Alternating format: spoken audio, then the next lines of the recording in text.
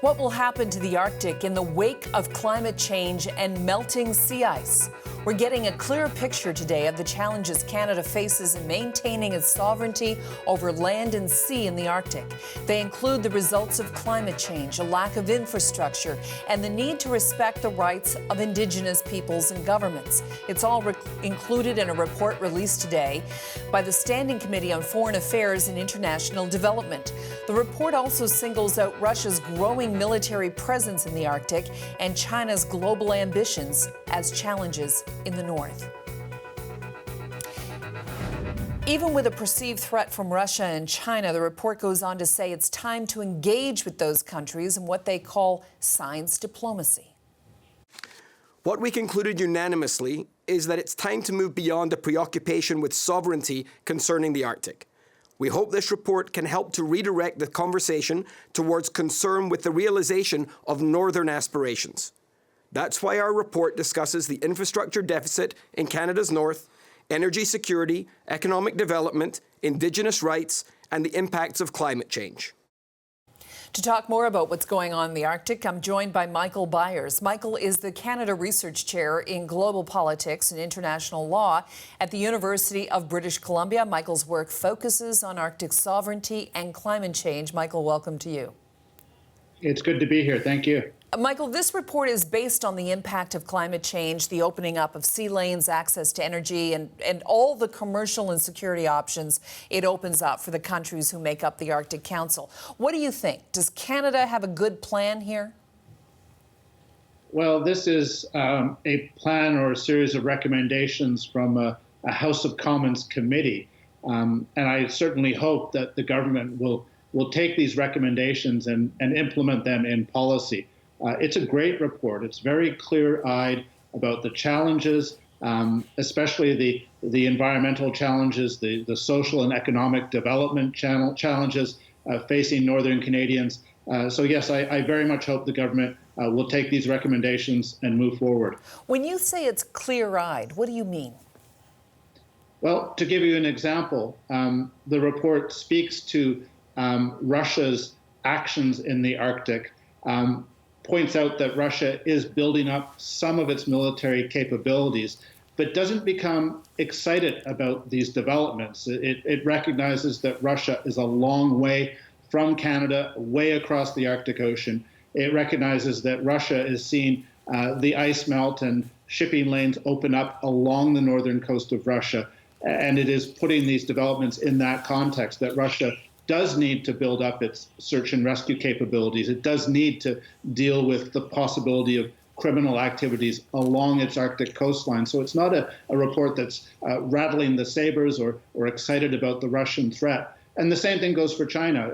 The report points out that China does have an interest in new shipping lanes, but recommends that Canada work with China, not against it in that respect. And in fact, in geopolitics, under the section geopolitics, recommendations 1 and 3 say that we need to deepen our understanding of Russia's military intentions in the Arctic, probably through the North Atlantic Council, and to consider the most appropriate measured response. Absolutely. And the Arctic is a very large place. It's very dangerous. Russia unquestionably has a large portion of the Arctic as its territory. It's the largest country in the world. It doesn't need more Arctic. It's not going to come and take the Canadian Arctic. And the report understands that and points to the Arctic as a place where Canada can engage constructively with Russia, despite our deep differences on other issues, such as Ukraine, such as Syria. How can we work with Russia, work with China? And I'll point out that the report also says the government of Canada should engage with the government of China to understand their growing interest in the Arctic. That tells me that we don't understand a lot of what China's interest really is. Well, China's interests are changing because China is becoming a much more economically, politically, militarily powerful country. It is the world's largest shipping country. It has a clear interest in the possibility of new shipping routes. But it also has learned that it can acquire access to resources through international trade and foreign investment, which are far more efficient ways of acquiring resources than seeking to use military force. And I think it sees the Arctic as a place where it wants to be economically and politically without necessarily challenging other countries. And this is an opportunity for Canadian diplomacy. Canadian-Chinese relations are not very good at the moment because of the arrest of Meng Wanzhou in Vancouver. Perhaps the Arctic is a place where we can start to build some bridges again. And how do we build those bridges there? What would be an example? Well, 2 years ago, the Chinese wanted to send their research icebreaker through the Northwest Passage, and they requested Canadian permission for that, and Canada replied in a positive way.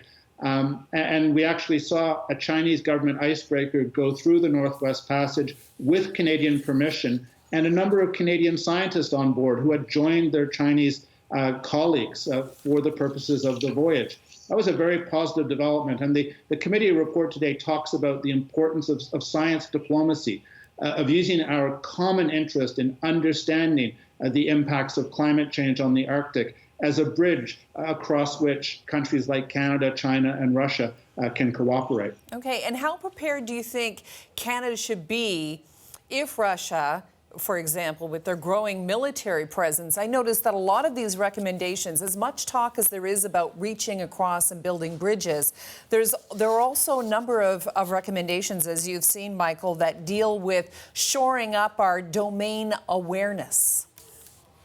Yes, it's important to know what's going on in the Canadian Arctic, and it's important in this context to note that just next month, Canada will be launching 3 synthetic aperture radar satellites, RadarSat Constellation, which will provide us with enhanced situational awareness in the Canadian Arctic. We're pretty good at surveillance. We're improving our surveillance. And if we have to move assets and personnel to the Arctic, we can do so. We have heavy lift aircraft. We have helicopters. But the point is that there's no state-to-state threat that is seen by this committee or indeed by the Canadian military with regards to the Canadian Arctic. Russia, again, is an awful long ways away, and China doesn't need to use military force to access natural resources because we and other countries are happy to trade with it. Okay. What about our relationship with the United States when it comes to the Arctic, and in particular, the Northwest Passage? Well, the first thing to say is that the United States and Canada are very close partners in all respects, including the defense of North America. So NORAD, the North American Aerospace Defense Command, includes the Canadian Arctic. We do have a long-standing difference of opinion with the United States concerning the legal status of the Northwest Passage. We partially resolved that dispute back in 1988 with something called the Arctic Waters Cooperation Agreement.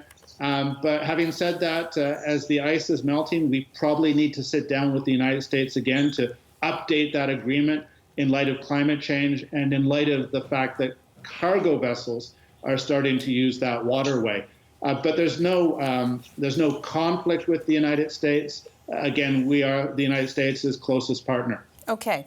One of the last things I want to go over with you is, under the list of recommendations, the meaningful partnership with Indigenous peoples. And in particular, the Inuit is pointed out as a potential partner and somebody that the government says they want to develop a new relationship with, and a meaningful co-partnership in dealing with Arctic sovereignty. How do you think the government can go about doing that?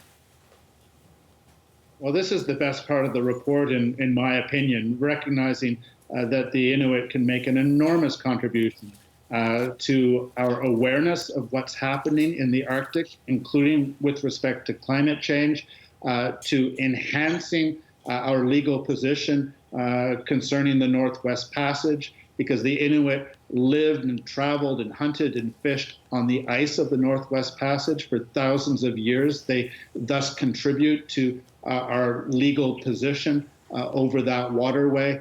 And of course, simply by being there, by being the embodiment of Canadian sovereignty as they live in their communities and as they travel across the land, the water, the ice. The Inuit are central to Canada's presence and our sovereignty in the North, and I'm really delighted that the committee members embrace this reality. It's an important part of strengthening Canada's position in the Arctic, and of course it's also a key part of reconciliation. Yeah, and beyond that, with climate change, this is a community that does suffer greatly from the melting ice. So as a result, it will also, what other advantages can this partnership give them? Well, northern communities will need more support in terms of new infrastructure or adapting old infrastructure to deal with the reality of permafrost melting, of sea ice melting. We're also going to see a need for new economies as some of the traditional ways of life are lost, unfortunately, due to climate change. But at the same time, there are new technologies that can add substantially to opportunities in the North. Having broadband satellite communication available to northern communities will bring the 21st century into classrooms and workplaces in the Arctic that haven't had them until now. So there are opportunities. The government seems to be aware of this, at least this committee, and I think they should embrace the recommendation to work more closely with Canada's Indigenous peoples in the North. All right. Michael Byers, Canada Research Chair in Global Politics and International Law at the University of British Columbia. Thank you so much for joining us this evening. Always a pleasure. Thank you.